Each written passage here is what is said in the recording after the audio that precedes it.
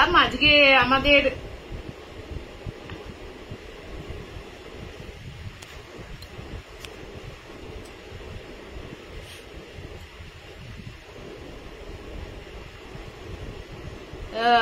High গীতাদি, কেমন আছো? Good evening সকলকে। তো আজকে আমি শুরু করে দিই। আজকে হচ্ছে সকলকে হানা টেলসে, আমার সকলের ভালোবাসার মানুষদের স্বাগত হানা টেলসে। তো আজকে আমি নিজের একটা ঘটনা শেয়ার করি, ঠিক আছে? তো নিজের ঘটনাটা বলতে কি বলতো, যেটা হচ্ছে যে অনেকে আমাকে জিজ্ঞেস করেছে যদি রাস্তায় যেতে যেতে কিছু দেখিস তাহলে কি করবে, মানে আমাকে, মানে আমার বন্ধু বান্ধবরাই জিজ্ঞেস করে। তো এরকম একটা কাহিনী আমি আজকে বলি, একদম রিয়েল ইনসিডেন্ট, এটা আমার জীবনে দেখা। তখন আমরা প্যারানর্মাল সোসাইটি অফ ইন্ডিয়া ছেড়ে দিয়েছি, মানে আমার ছেলে হয়ে গেছে তখন। তো এবার আমরা যখন গাড়ি কিনি তখন হচ্ছে আমারও একটু ইচ্ছে ছিল যে আমি একটু বাইক চালাবো, লেডি বাইকার হব, কিন্তু দুর্ভাগ্যবশত আমি সাইকেল জানি না।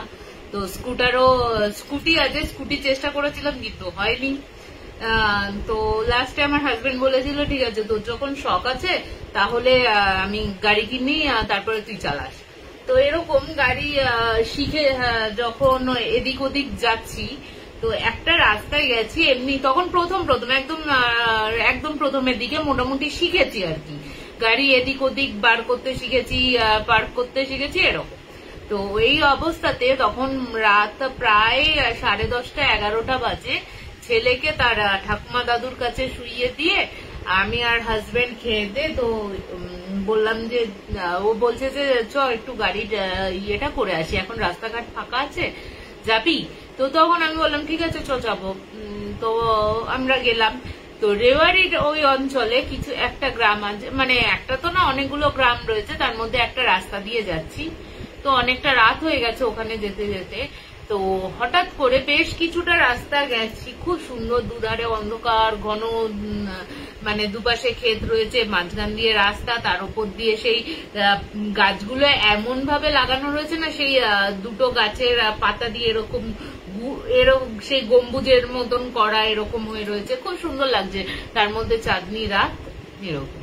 এবার অনেকটা চলে যাওয়ার পর এবার যখন আমরা ব্যাক করছি তখন মোটামুটি কটা হবে, এই ধরো 12টা 12:15 নাগাদ, মানে অনেকটাই চলে গেছি আর কি আমি এখান থেকে। আমরা তো 12:15 12:30 হবে, তখন আমরা ব্যাক করছি। হঠাৎ করে যে জায়গাটা আছে, মানে একদম কি বলতো মেন রাস্তা, মানে রেওয়ারের এই রাস্তাটা, এই আমরা ডান দিক দিয়ে ঢুকেছি, অনেকটা চলে গেছি, ডান দিক দিয়ে গিয়ে আবার যখন ব্যাক করছি অন্য ওই রাস্তাটা দিয়ে, হঠাৎ করে দেখছি অত রাতে একটা, মানে তোমার এই এখানকার জিনিস গুলো কি বলতো, শাড়ি ফাড়ি না, এমনি ওই তোমার ইয়েগুলো কি করে এখানকার বাসিন্দারা, মানে যারা হরিয়ানার বাসিন্দারা রয়েছে তারা কি করে বলতো, তারা মানে তোমার ঘাগরা পরে, ঘাগরার ওপর একটা ব্লাউজ পরে, আর এরকম মাথায় ওড়না দেয়, মোটামুটি এতটা ঢাকা, কিন্তু গায়ের কিন্তু কোনো কিছু নেই, মানে ওপর পোর্শনটা খালি, কিন্তু মাথার ঢাকনাটা থাকবে, ঠিক আছে?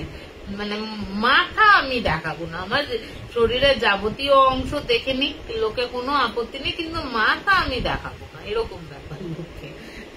তাই হোক, তো আমি যখন চালিয়ে আসছি তখন দেখছি কি ওরকম একটা হলুদ কালারের, গাড়ির আলোতে বোঝা যাচ্ছে হলুদ কালারের একটা ঘাগরা পরেছে, ঘাগরা পরে তোমার লেহেঙ্গা নাকি ঘাগরা টাইপের, ঠিক আছে?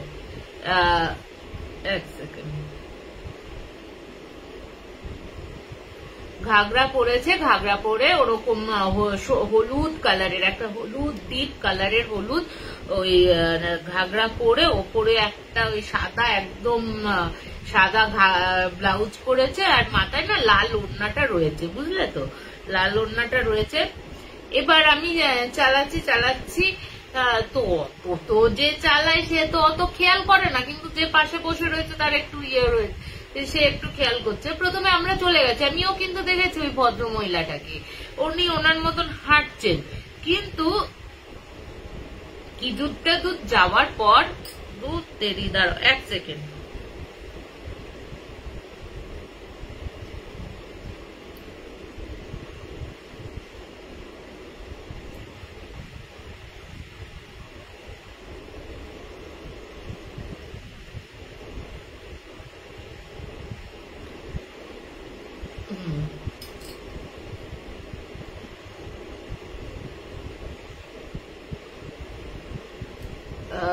যাই হোক, চোখে কিছু একটা পড়েছে মনে হচ্ছে, কড়কড় করছে।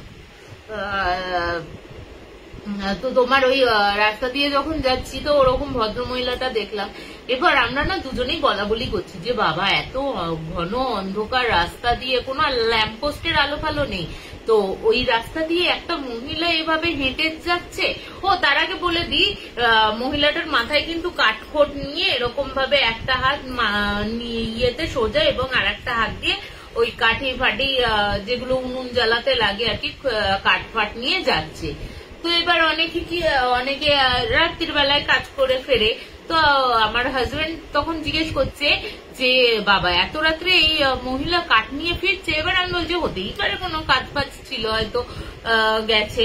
এরপরে তোমার যে লোকটা, এবার কিছুটা গেছি, এবার কিছুটা যাওয়ার পর তোমার হঠাৎ করে সামনে দিয়ে না একটা কালো বিড়াল টপকে গেল। হ্যাঁ, এবার না আমি না পুরো ক্যাক করে ব্রেকটা কষে দিয়েছি। এবারে একটা প্রাণীকে হত্যা তো ভালো না। এবং চোখের সামনে দেখলাম গাড়ির আলোতে এই দিক দিয়ে বেরিয়ে গেল কালো বেড়ালটা, কিন্তু ওই পাশে তো ক্ষেত রয়েছে এবং কেউ যদি যায় তখন তো মানে ওই ক্ষেতের মধ্যে দিয়ে যদি একটা বেড়াল ইয়ে করে যায় একটা তো আওয়াজ পাবো, কিন্তু কোনো আওয়াজ পেলাম না। এবার ও বলছে তো যত কোনো অসুবিধা নেই, বেড়াল তো একটা প্রাণী, বেড়াল আবার মানুষের ক্ষতি করতে পারে নাকি। আমার বরের আবার এইসব আছে, ও এইসব মানে না বাবা। তো আমি একটু দাঁড়িয়ে গিয়ে চলে গেলাম। এরপরে কিছুটা রাস্তা গেছে, মানে ওই বেড়ালটা ক্রস করার হার্ডলি হয়তো খুব বেশি হলো 20 সেকেন্ড মতন গাড়ি চালিয়েছি। গিয়ে দেখছি আবার সেম রঙের শাড়ি, সরি ঘাগরা, সেম রঙের যে অবয়বটা আমরা দেখেছিলাম পেছন থেকে যে মহিলা, ওই মহিলাটা কিন্তু আবার সামনে রয়েছে। এবার আমি দেখলাম ওরকম করে একদম যেরকম মহিলাটাকে দেখছি সেরকম। এবার ও বলছে যে বাবা ওই মহিলাটাই না, আমার হাজবেন্ড বলছে যে ওই মহিলাটাই না। আমি তখন বলছি না ওই মহিলা না, হতে পারে, চ না চলে যাই আমরা। আমি চালাচ্ছি, যে মানে একটু স্পিডটা তুলতে কিছুটা মানে এই 5-10 মিনিটের রাস্তায় গিয়ে দেখছি আবার ওই মহিলাটা। এবার তুমি বলো এতটা রাস্তা আমি যাচ্ছি, যেতে যেতে এতটা রাস্তা ক্রস করেছি, কিন্তু কোনো মহিলা তো ওরকম ভাবে হাওয়ায় উড়ে উড়ে এক জায়গা থেকে আমরা যতটা যাচ্ছি তার তো টাইম লাগবে। গেছি ওখানটা, এই নিয়ে এটা তো 3 বার দেখলাম। এবং আমরা যখন ওই রেওয়ারির মেন রাস্তাটাই উঠবো, NH8 এর কানেকশনটা নেব, ওই কানেকশনের সামনে মানে কানেকশনটা দেব, ওই ঠিক 4 মাথার মুখটাতে ওই লোক মানে ওই মহিলাটা ওই একদম অ্যাকিউরেট অবস্থায় একদম দাঁড়িয়ে আছে, নট নড়নচড়ন। এবার মানে আমরা না গিয়ে এবার আমাদের কি করতে হবে, আমাদের তো আমরা যখন ঢুকেছি ডান দিক দিয়ে, বেরোনোর সময় বাঁ দিকে যেতে হবে। এবং মহিলাটা এমন ভাবে দাঁড়িয়ে আছে, তুমি জায়গাটা কি বলতো, সোজা রাস্তাটা চলে গেলে, সোজা রাস্তাটা একদম রেওয়ারির দিকে চলে যায় আমাদের, এই দিকটা একটা গ্রাম, এই দিকটা একটা গ্রাম, ঠিক আছে। আর ওই মুখটাতে দাঁড়িয়ে আছে একদম, মানে বিশ্বাস করবে না, আমি তখন ভাবছি যে হে ভগবান, কেন আমি এত রাতে স্টিয়ারিং এ হাত দিতে গেছিলাম, হে বিশ্বকর্মা তুমি আমাকে বাঁচিয়ে দাও, এরকম ভাবছি মনে মনে। আর ওরকম পুরো মোশনলেস অবস্থায় ওই মহিলাটা এরকম মাথায় হাত দিয়ে এরকম ভাবে চুপ করে দাঁড়িয়ে আছে। তোমরা ভাবো অত রাতে গাড়ি চলছে, কিন্তু গাড়ি যখন আসছে, এবার গাড়ি চলছে তো খুব কম গাড়ি চলছে, হঠাৎ করে এবার ওখানটা তো অনেকগুলো কোম্পানি রয়েছে। এবার ওই কোম্পানির বাসগুলো না ওই নাইট শিফট, বি শিফট এরকম হলে নাইট ডিউটির কাজগুলো যারা ওই বাসগুলো শিফট করে আবার ফেরে বাড়িতে, তারা একটা বলছে আমাদের চোখের সামনে, আমরা তো মানে বাঁ দিকে বেরোতে পারছি না, আমি ওইখানটা দাঁড়িয়ে রয়েছে, আমাদের সামনে বেশ কিছুটা হাত সামনে ওই মহিলাটা ওরকম মোশনলেস অবস্থায় নট নড়নচড়ন ওখানে দাঁড়িয়ে রয়েছে, আমরাও দাঁড়িয়ে রয়েছে, ও দাঁড়িয়ে রয়েছে। এবার দেখছি একটা বাস মানে দুপুরে শিফট করে, কোনো কোম্পানির দুপুরে শিফট করে ওই বাস এলো। বিশ্বাস করো চোখের সামনে আমাদের ওই বাসটা হয়তো ড্রাইভার দেখতে পায়নি, কি মানে হয়তো না দেখতেই পায়নি, যদি দেখতে পেতো বা ওটা যদি রিয়েল মানুষ হতো, ওপর দিয়ে বাসটা চলে গেল, ঠিক আছে, আলোতেই আমরা দেখছি বাসটা চলে গেল, কিন্তু ওই মহিলা ওখানেই দাঁড়িয়ে রয়েছে। আমরা প্রায় একটা অবধি ওই রাস্তায় থেকে আমরা কোনোভাবে গাড়িটাকে নিয়ে যেতে পারছি না। এবার দুজনে যে সিট চেঞ্জ করব, সেই মানে গাড়িগুলো তো আমাকে ওর সিটে আসতে হবে, আমি তো আর পেছন দিয়ে ঝাঁপ মেরে ছেলের মতন ঝাঁপ মেরে পেছনের সিট থেকে সামনের সিট দিয়ে পেছনের সিটে যেতে পারবো না, নামতেও পারছি না, মানে রীতিমতো না আমার হাত পা কাঁপছে। এবার ও তো বুঝতে পেরেছে যে এরকম দেখে দেখে একটু ভয় ভয় পাচ্ছে ও। এবার ও তখন বলছে তুই একটু এই দিকটা নেবে আয়, আমি তাহলে ইয়ে করি, তোর আমি গাড়ি চালিয়ে নিয়ে যাচ্ছি। আমি কোনোভাবে নামতে পারছি না। এবার আমাদের ও বলছে ইয়েটা শুইয়ে দে, ওইটার ওপর দিয়ে টপকে চলে যায়, আমি এদিক দিয়ে চলে আসছি। মানে দুজনের অবস্থা চিন্তা করো। ওই মোমেন্টে নিজেদের তখন প্যারানর্মাল সোসাইটি অফ ইন্ডিয়ার কোনো মানে কি বলতে পারো ইনভেস্টিগেটর তখন নিজেদের মনে হচ্ছিল না, বিশ্বাস করো। তখন ওরকম মনে হচ্ছে ওই মোশনলেস, যার উপর দিয়ে বাস চলে গেল, যা দেখতে পেল না চালক, আবার সে দাঁড়িয়ে রয়েছে। তো কোন রকম আমি তো সিটটাকে শুইয়ে দিয়ে পেছন দিক দিয়ে ঘুরে এলাম, ও আবার ওই পাশ দিয়ে গিয়ে সে মানে রীতিমতো আমরা তখন গাড়িতে না সে দুটো ফোনে একসাথে ওই তোমার হনুমান চালিসা চালিয়ে রীতিমতো মানে যতটা পারা যায়, যতটা পারা যায় ওই বাদিকটা নিয়ে আমরা বেরিয়ে যাচ্ছি। মানে জাস্ট ওইটুকু 4 বার আমরা দেখেছিলাম ওই মহিলাটিকে, যে ওই মহিলাটা কে ছিল না ছিল কিন্তু কেউ জানি না, কিন্তু একদম মোশনলেস অবস্থায় কোনো দিকে না, শুধু ওই যাচ্ছে, মানে কিছুটা গেলাম আবার দেখতে পেলাম, আবার কিছুটা গেলাম আবার দেখতে পেলাম, আবার কিছুটা গেলাম দেখতে পেলাম, এবং লাস্ট দেখতে পেলাম ওই 4 মাথার মোড়ে। এবং অবভিয়াসলি ও তো এনটিটি হবে, কোনো কারণে হয়তো কোনো অপঘাতে মৃত্যু হয়েছিল তার, যার জন্য এই অবস্থায় সেই এনটিটিও বা আত্মাটিও হয়তো তোমার ওই রাস্তাটা ছেড়ে বা কোনো কারণে ওই জায়গাটার ইয়েটা ছাড়তে পারেনি। মানে জায়গাটা, অনেকে বলে না যে মৃত্যুর জায়গা ছেড়ে অনেকে যেতে পারে না, কেউ হচ্ছে তাই, ওই হয়তো কোনো সময় দেখা দেয়।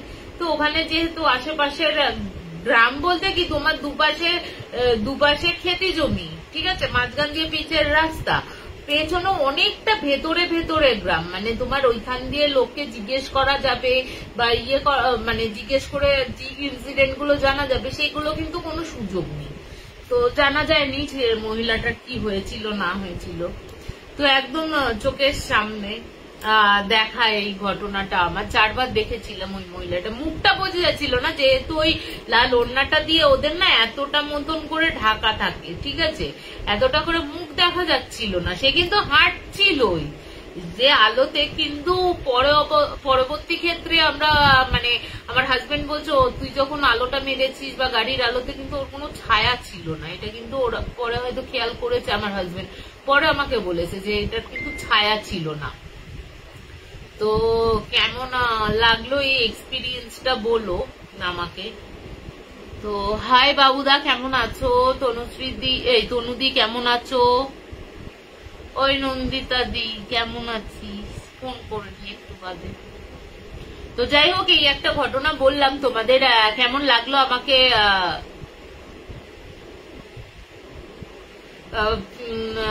জানিও। তো এরপরের ঘটনাটাই চলে যায়। এরপরে একটু তাড়াতাড়ি কেন বলছি বলো তো, একটু আসতে বলি। তো হাজবেন্ড বাড়িতে আসছে, তো যেহেতু দুপুরের ডিউটি, রাত 1টায় আসার কথা, ঠিক আছে, তো কোনো কারণে মানে কোনো একটা রিজনে সে বাড়ি চলে আসছে। তো যাই হোক, তাড়াহুড়ো করছি ওই কারণে। তো এবার বলে দিই সেকেন্ড ঘটনাটা হচ্ছে ইউপির একটা কানপুরের বাড়ির ঘটনা। এই যে আমি এর আগেও বহু প্ল্যানচেটের ঘটনা বলেছিলাম, বহু প্ল্যানচেট আছে, বহু প্ল্যানচেটের ফল কি হয় এগুলো বলা হয়েছে, কিন্তু এই ঘটনাটা জেঠুর কাছে এসেছিল রিসেন্টের ঘটনা, জাস্ট আগের বছরের ঘটনা। একটা ছেলেটি কলেজে পড়ে, 2nd ইয়ারের পড়ছে। হঠাৎ করে ওই মানে হচ্ছে এই ছেলেটির বাড়ির লোক হচ্ছে ওনার মানে জেঠুর যে শিষ্য রয়েছে তাকে আবার খুব মানে আর কি। এবার সবসময় তো ওই গুরুদেবকে মানতে হবে তা তো কোনো মানে নেই, ভালো কাজকর্ম তার শিষ্যরা শিখলো, শিষ্যদেরও কিন্তু অনেক বাড়ির লোককে কিন্তু মানে। তো এই হচ্ছে ব্যাপার। তো তখন ওই শিষ্যটি যায় ওদের বাড়িতে, প্রবলেমটা হচ্ছে ছেলেটি খালি মানে পড়াশোনা বন্ধ, ছেলেটি খালি অন্ধকারে বসে রয়েছে, আর তার একটাই কথা রয়েছে যে মানে আমাকে মুক্তি দাও, আমাকে মুক্তি দাও, তোরা কেন আমাকে ভয় পাচ্ছিস, তোরা আমাকে ভয় দেখাস না, সরি তোরা আমাকে ভয় দেখাচ্ছিস না, তোরা আমাকে ভয় দেখাস না, আমার মুক্তি চাই, আমার মুক্তি চাই, এরকম খালি বলে যেত। এবং আর একটা বিষয় হচ্ছে যে কোনোদিন ননভেজ ছাড়া কিছু খেত না, সে কিন্তু একদম নিরামিষাশী হয়ে গেছিল। মানে নিরামিষাশী বলতে অনেকে তো পেঁয়াজ রসুনও খায়, ও কিন্তু পেঁয়াজ রসুনের গন্ধও কিন্তু কোনো সহ্য করতে পারছিল না ওই ছেলেটি। এরপরে মোটামুটি ওর হোস্টেলে কলেজ যেখানে পড়তো তোমার পড়তো হচ্ছে কোটাতে, কোটাতে পড়তে পড়তে তোমার ওখানেই যা কিছু হয়েছে, ওখানেই সমস্ত কিছু প্রবলেম ক্রিয়েট করে ওর যখন শরীর খারাপটা বাড়াবাড়ি হয়ে গেছে, শরীর খারাপ অনেকটা বেশি, তখন তার বাড়ির লোক নিয়ে আসে। এবং তার বাড়ির লোক, ছেলেটির বাড়ির লোক যখন দেখছে ক্রমাগত ওই মুক্তি দেওয়া, তোরা আমাকে ভয় দেখাস না, তোরা আমাকে ভয় দেখাস না, আমি তো ছিলাম না, আমি তো ছিলাম না, এরকম করে চিৎকার করতে থাকতো।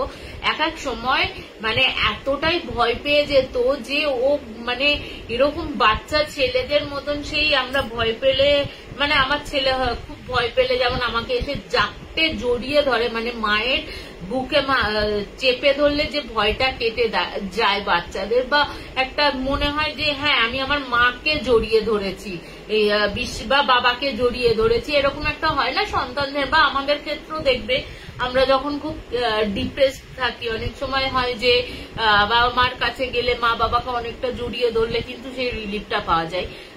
তো এটা সবার ক্ষেত্রে বলছি না, আবার অনেক মা বাবার ক্ষেত্রে আছে যে তাদের সন্তানরা বাড়ি গেলে তাদের টেনশন হয়ে যায়, এরকম ফ্যামিলি আমি দেখেছি।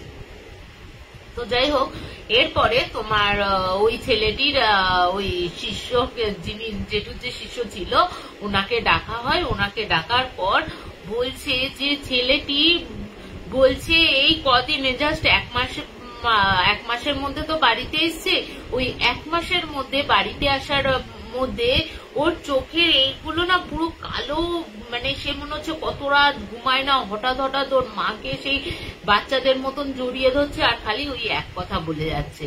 খাবার দিলে মানে বিশাল খাচ্ছে তা নয়, আবার বিশাল কম খাচ্ছে, পরিমাণ মতো ওর খাওয়া, কিন্তু খাওয়ার মধ্যে কোনো প্রবলেম নেই, কিন্তু একটাই ও ইয়ে হচ্ছে অন্ধকার ঘরের মধ্যে বসে রয়েছে আর ওই ওরকম চিৎকার করছে, লাইট জ্বালানো কিছুতেই যাচ্ছে না।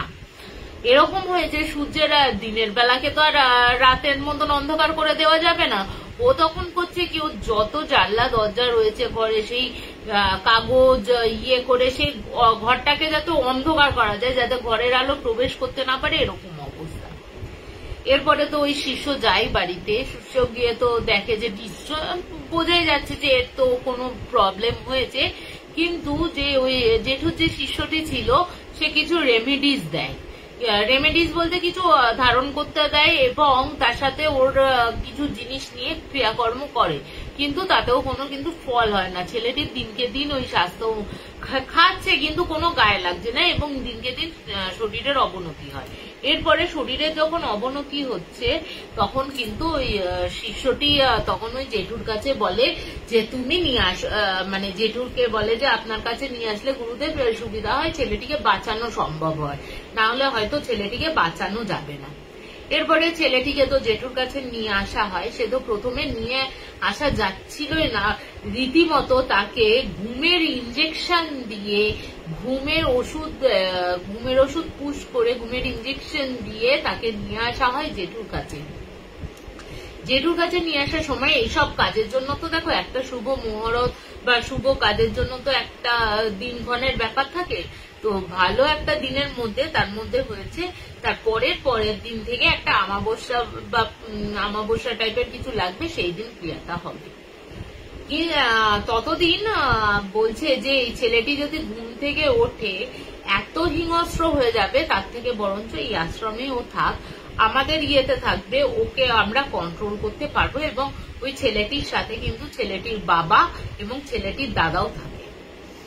এরপরে এবার যখন তার জ্ঞানটা ফিরেছে, মানে তাকে তো ইঞ্জেকশন দিয়ে ঘুম পাড়িয়ে দেওয়া হয়েছিল, তার যখন ঘুমটা ভাঙে সে রীতিমতো চিৎকার করে, মানে হয় না যে খুব অস্বস্তি হচ্ছে বা খুব চিৎকার, মানে খুব অস্বস্তিতে চিৎকার করছি, এরকম চিৎকার করতে থাকে ওই ছেলেটি, চিৎকার করতে থাকে। এবং যথারীতি জেঠু আসে, জেঠু তখন কিছু দিয়ে ওকে শান্ত করে।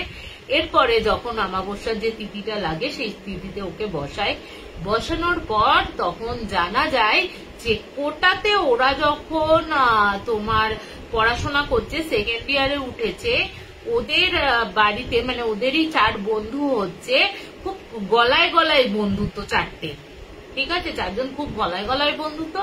এবং এই ছেলেটির কিন্তু ভিডিওগ্রাফিরও শখ ছিল।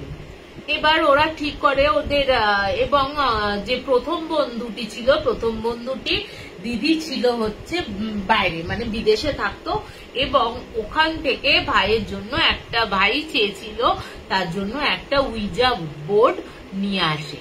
এবং ওরা ওই বাড়িতে, ওই বন্ধুর বাড়িতে ওই 3 জন, 4 জন তো করেনি, 3 জন মিলেছে, 3 জন মিলে ওদেরই জান পেহচানকারী কাউকে ডাকার চেষ্টা করে।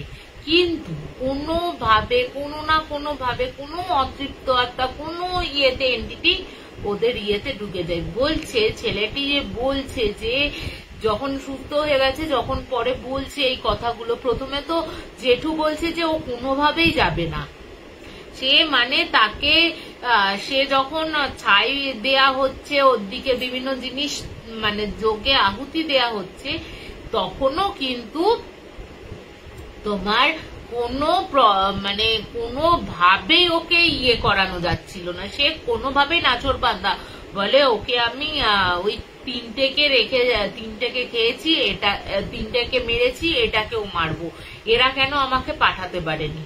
এই করতে করতে করতে করতে যখন প্রায় মাঝরাতের, মানে মাঝরাত ছাড়িয়ে ভোরের আলো ফুটবে প্রায় 3টে, 4টে নাগাদ, তখন ওই মানে ক্রিয়াকলাপের পর ও শান্ত হয়ে অজ্ঞান হয়ে যায়। যখন ও পরবর্তী, যখন ওই কথায় কথায় চলছে, তখন ওই এন্টিটিটা নিজের মুখে বলছে যে আমাকে ওরা ডেকে এনেছে, ডেকে এনে ওরা আমাকে, মানে আমি যখন আমার উপস্থিতিটা টের পাওয়াচ্ছি তখন আর ওরা নিজেরা নিতে পারেনি, এবং আমাকে একটা জায়গার মধ্যে বন্দি করে রেখেছে। ওই উইজা যে বোর্ডটা রয়েছে, আমি ওই বোর্ডের মাঝে, মানে ওই বোর্ডটাই হচ্ছে ইয়ে একটা, মানে ওই দিদিটা হয়তো কোনো কারণে জানতো না, কিন্তু ওই উইজা বোর্ডের মধ্যে কিন্তু ওই আত্মাটাকে মানে কোনোভাবে বা কেউ চালান করেছে হোক, কিছু ভাবে আটকে রেখেছে হোক, যাই করে হোক, ওই বোর্ডের সাথে ওদের ইয়ে করে। এবং ওরা যখন প্ল্যান চেট করতে বসে তখন কিন্তু ওই আত্মাটি, মানে ওই এন্টিটি ওদের ওপর হাবি হয়ে যায়, এবং তার যে উপস্থিতিটা সেটা ওদের বোঝাতে থাকে। কিন্তু ওরা যখন বাপাস করতে পারে না, সেই দিনই রাত্রে 3টে ছেলেকে নাকি বিভৎস ভাবে ওই বাড়ির মধ্যে মৃতা অবস্থায় পাওয়া যায়। এবং যে ছেলেটির বাড়িতে মৃতা অবস্থায় পাওয়া যায়, ছেলেটির বাড়ি কিন্তু কোটা রাজ্যে, কোটাতেই, এবং ওখানকার মোটামুটি সবাই মানে এই ব্যাপারে কাগজ, নিউজ পেপারে সমস্ত কিছুতে বের হয় যে 3টে ছেলে অস্বাভাবিক অবস্থায় একটা ঘরের মধ্যে মারা গেছে।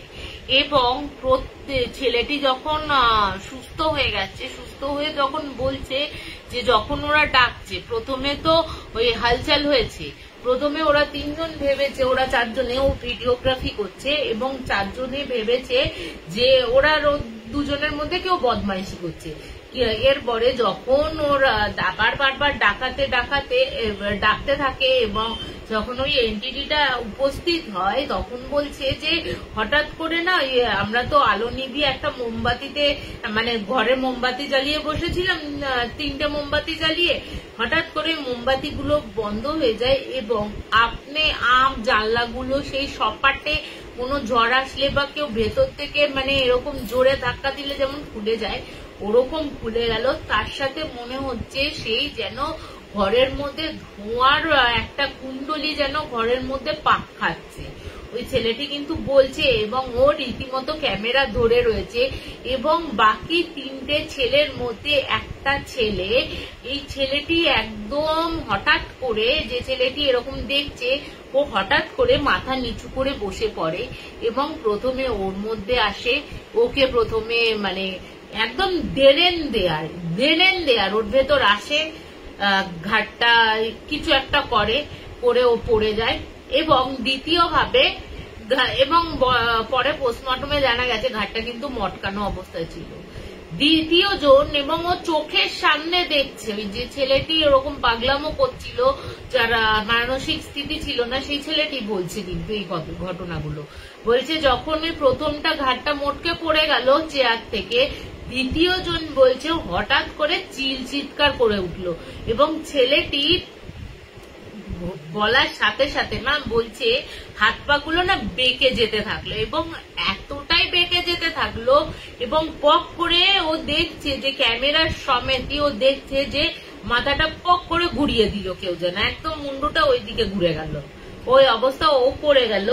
এবং থার্ড যে বন্ধুটা ছিল সে তো ভয়ে যখন দরজা খুলে পালাতে যাবে, ওরা দুজন দরজা কিন্তু আর খুলছে না, এবং কেউ যেন ওকে, সেই বলে না মানে প্রত্যেকের কিন্তু একটাই কমন ছিল, ঘাড় মটকানো।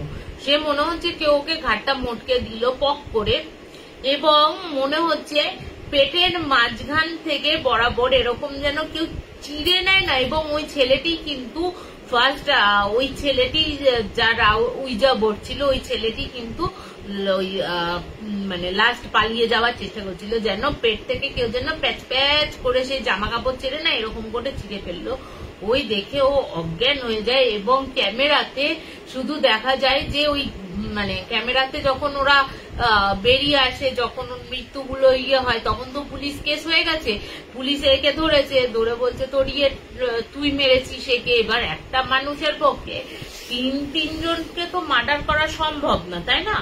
এরপরে যখন ক্যামেরাটা পায়, শুধু দেখা যায় যে ওই তিনটে ছেলেকে একটা ধোয়ার কুণ্ডলি, এতটাই ঘন ধোয়ার কুণ্ডলি আবিষ্ট করে রেখেছে, আবিষ্ট করে যে কিছু মানে কিছুক্ষণ বাদে জাস্ট 5 মিনিটের মধ্যে দেখছে ছেলেটা পড়ে যাচ্ছে, এবং সেকেন্ড ছেলেটিকে ধরছে, ওরকম ঘন কুয়াশা কিভাবে মারছে কিন্তু বোঝা যাচ্ছে না, ক্যামেরাতে শুধু ঘন সাদা ধোয়াটে এরকম ভাবে গোল গোল করে ওই মানুষগুলোকে ধরেছে, এরকম দেখা গেছে। এরপরে বলছে যে এতটাই মারাত্মক ছিল যে ছেলেটির ওপর তো মানে ওটা তো কোন রকমে ছাড়ানো গেল, কিন্তু ছেলেটির যদিও বা ছাড়ানো হলো না, ছেলেটির মানসিক ব্যাঘাত মানে মানসিক সন্তুলনটা হয়ে গেল আর কি, মানে কিছুটা আর কি বলতে পারো, মানে বলতে কি বলবো মানে কিছুটা এতটা নিজের প্রিয় বন্ধু তিনখানা মৃত্যু নিজের চোখে দেখা, সেটা করে তার উপর নিজের ওপর মানে সেটা দেখে না ওর মানসিক স্থিতিটা ঠিক ছিল না। তো এখনো অব্দি ওনাকে ট্রিটমেন্ট চলছে, কোটাতে ও আর যায় না, কিন্তু ও যে সারা জীবনের যে একটা মানে স্মৃতি, ও জীবনের যে একটা ইয়েও মানে কথায় কথায় ও এখনো বলছে যে ও কিছু ওই ইয়েতে হঠাৎ হঠাৎ কেঁপে ওঠে, হঠাৎ হঠাৎ ভয় পেয়ে যায়। সে যে অন্ধকার পছন্দ করতো যখন ওর ওপর হাবি হয়েছিল, এবার কি করে ও দিনের বেলাতেও আলো জ্বালিয়ে রাখে, মানে ওর মনে হয় যে ওই ধোয়ার কুণ্ডলিটা ওকে যেন গ্রাস করতে আসছে। তো কেমন লাগলো এই ঘটনাটা আমাকে জানিও।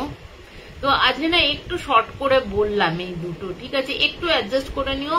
নেক্সট শনিবার হাড় কাঁপানো একটা ভূতের গল্প, যেটাতে মানে তোমরা মানে আমার রীতিমতো হৃদয় আত্মাটা কেঁপে গেছিল।